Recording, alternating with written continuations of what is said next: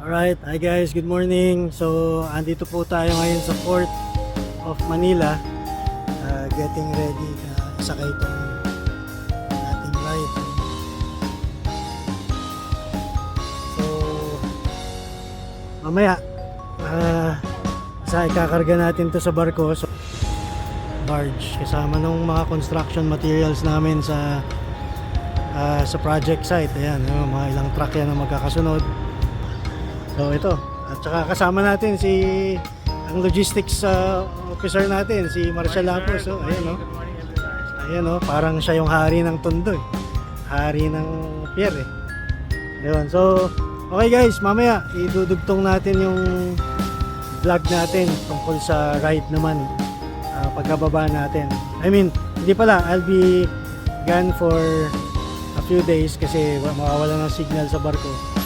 So pagbaba ng Palawan, tignan natin, bibigyan ko kayo ng konting feedback. So ayan guys, nakakarga na yung motor, yung golf cart natin, tsaka yung ating sasakyan. So mapapansin nyo guys, dami, punong-puno itong barko ng mga iba't ibang klaseng items. Meron tayong mga paninda siguro to ng mga traders from Palawan. Umaangkat sila sa Manila ng mga stocks nila, tapos pinapadala via boat yung mga kanilang mga paninda. So ito dahan-dahan na tayong tinutow papalayo ng Manila Bay. So makikita ninyo ang daming ibon humahabol dun sa barko, nakakatuwa. So dito pa lang sa dagat makikita nyo na yung mararamdaman nyo na yung pinagkaiba ng temperature from the mainland, from Manila, tsaka yung pollution.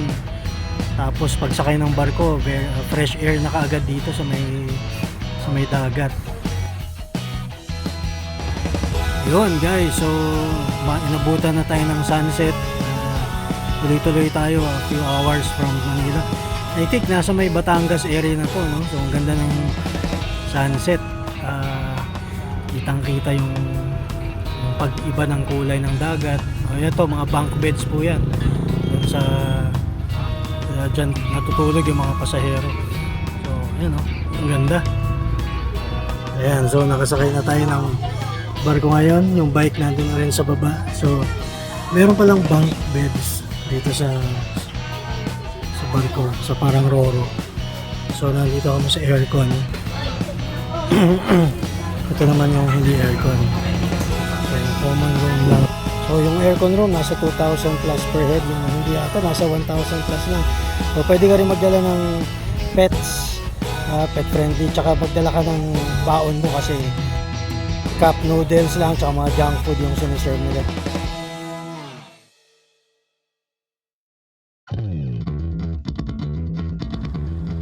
Alright guys, so welcome to day 2 of our travel. So, dala po natin yung ating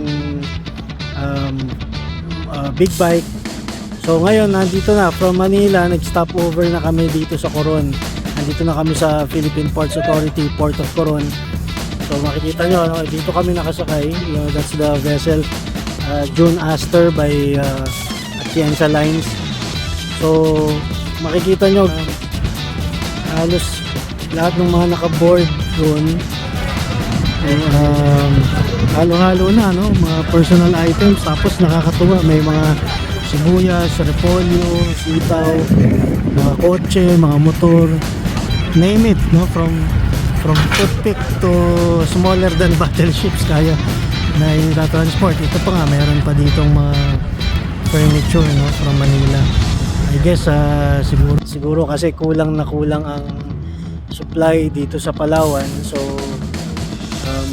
people opt to buy almost everything from Manila, pati mga gulay. Nakakapagtaka doon pa nanggagaling sa Manila, kasabay namin doon sa cargo port, mga vegetables, siguro galing pang Balintawak yon, then they purchase it in bulk. Tapos tinitinda nila dito sa palengke na sa Coron and yung iba sa El Nido. So, ayun guys, sabi pwede daw kami mag-ikot-ikot dito sa Coron. but we have to be back. Yung mga passengers na going to El Nido will have to be back dito sa port to load to board again dun sa aming vessel papunta namang El Nido. So alright guys, mamaya catch you later. Yan, sayang di pwedeng lumayo kasi kailangan bumalik agad, so hahanap lang tayo ng makakainan natin. So welcome to Coron guys. Ito ang daming tricycle. Nakita nyo yung mga tricycle sa Palawan talaga, parang mga sasakyan yung unahan yung design nila parang mga kotsekel ang tawag dyan. Ayun guys, so nakapagod maglakad. So from the port, naglakad muna ako to look for somewhere na pwedeng makainan. So I found this very nice hotel.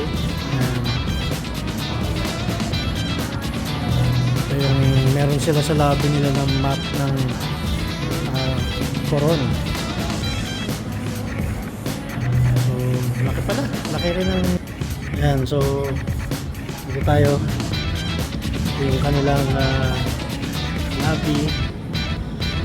So we're gonna try itong restaurant nila. It's called Baya Resto Lounge.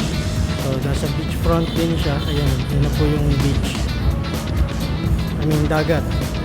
Unfortunately dito sa Coron konti lang ho talaga yung mga beaches. So puro halos tabing dagat, mga cliff rocks, tapos yun, malinaw naman yung tubig, so you can go and go ahead snorkel right away. So since nagugutom na ako, update ko ulit kayo mamaya. Kain muna ako.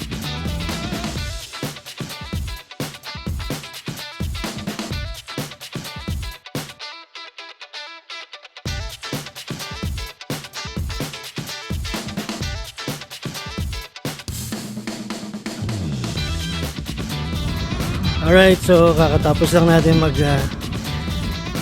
super late lunch. So nandito, pabalik na po tayo dito sa vessel natin, yung yan sa lines. I'm back here sa Port of Coron. Yan. So guys, dun sa mga gusto mag-try nitong ginawa ko na ita-travel nyo yung motor nyo via Roro or via Atienza Lines or San Nicolas Lines. Now from Manila Port to Coron, then Coron to El Nido. Then from El Nido you can jump off to from El Nido Port. Pwede kayong magstay muna sa El Nido, tapos diretso kayo ng Port Barton, tapos diretso kayo ng Puerto Princesa. Kung gusto nyo pang explore yung south ng Palawan, pwede kayong umabot hanggang sa Balabac. So i-google nyo na lang yung mapa. Pero at this point, I want to remind you, and suggestion ko lang din na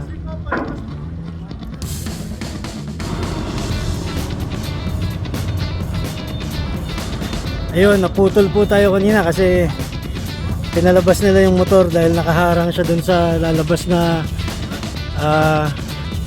mga parang mga crate tsaka ng ng mga tiles yata yun ilalabas nila. Yung isa nating naalalayan na golf cart, yan. Nadalhin po natin yan sa resort natin sa El Nido. So yun, nakasakay na ng barko yung ating motor. So as I was saying guys, habang inaantay ko yung pag-load ng mga gamit ulit, passenger. Ayun, don't forget to bring your own toiletries.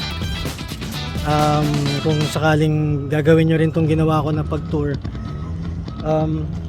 magbaon po kayo ng maraming food kasi yung tinitinda nila na pagkain dun sa boat, puro puro mga junk food lang, tsaka mga cup noodles.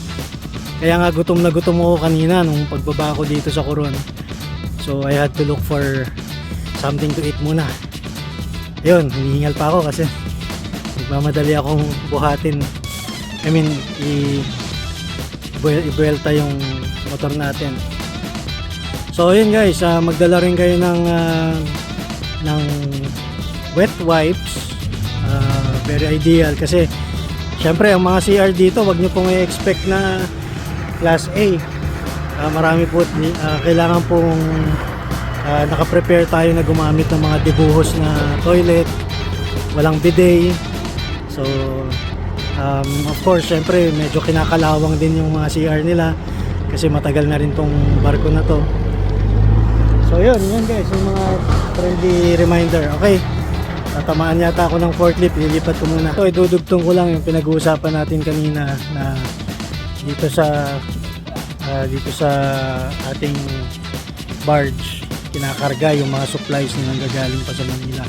So kung titin mo, from mga life vests to fish,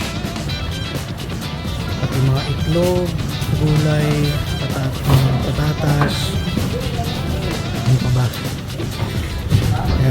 Yan, mga plasticware. So nakakatuwang isipin na lahat halos ng nakikita natin ng mga paninda sa Palawan ay nanggagaling pa talaga sa Manila. So I guess this is something to look into. Dapat ma-encourage din siguro yung farming sa Palawan. I don't know why, but Palawan is bigger actually. I think it's bigger than Singapore. So given the right technology, maraming lupain pala na pwedeng gamitin sa Palawan para maging self-sustained island ito, ano. So malay nyo in the future magkaroon ng tamang development ang mga islands natin sa Pilipinas at maging self-sustained islands lahat. Okay, so tinatapos lang yung pag-unload ng mga items galing Manila. Iiwanan dito sa Coron, tapos naglo-load din naman sila ng mga items papunta naman sa El Nido. So nag-announce yung captain, maya lang akit na daw kami kasi isi-serve na ang dinner. So mamaya pakita ko sa inyo kung ano yung dinner natin dito, kung paano sistema board at Chensa line.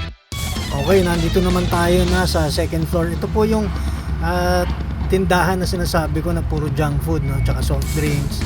Yan, tsaka may kape rin sila. Tapos pagkukuha ng pagkain, ipila po tayo dito at papakita nyo yung ticket ninyo para bigyan kayo ng food. Yung ticket po natin, may kasama talagang meals pala yon. Pero syempre konti lang ang serving. Tsaka mas maganda, may baon na rin kayong sarili nyong food. Kasi baka hindi nyo type yung siniserve. Ako nagkataon na kanina adobo. Gusto ko. Nakaka-excite para lang tayo nagpipiknik. Kain na. Ayun, kakatapos lang namin mag-dinner. So kanina late lunch, tapos nakapag-dinner na tayo on board. Lumabas ulit ako kasi hindi pa pala tapos mag-load at unload. No, matagal pala talaga mag-unload ng mga items kasi talagang iniingatan nila lahat ng mga pinapadala nating mga items sa kanilang barko. So kudos sa inyo at Chensa Lines, napakagaling nyo mag-handle ng cargo. Maraming salamat sa lahat ng mga trabahante nyo. Nakikita ko ang hirap pala talaga, mano-mano ang buhat nila. Kaya pag dumating yung mga goods ninyo dyan sa mga tindahan ninyo, i-appreciate nyo na kasi maraming tao ang nagpakahirap para makarating sa inyo yung mga paninda ninyo.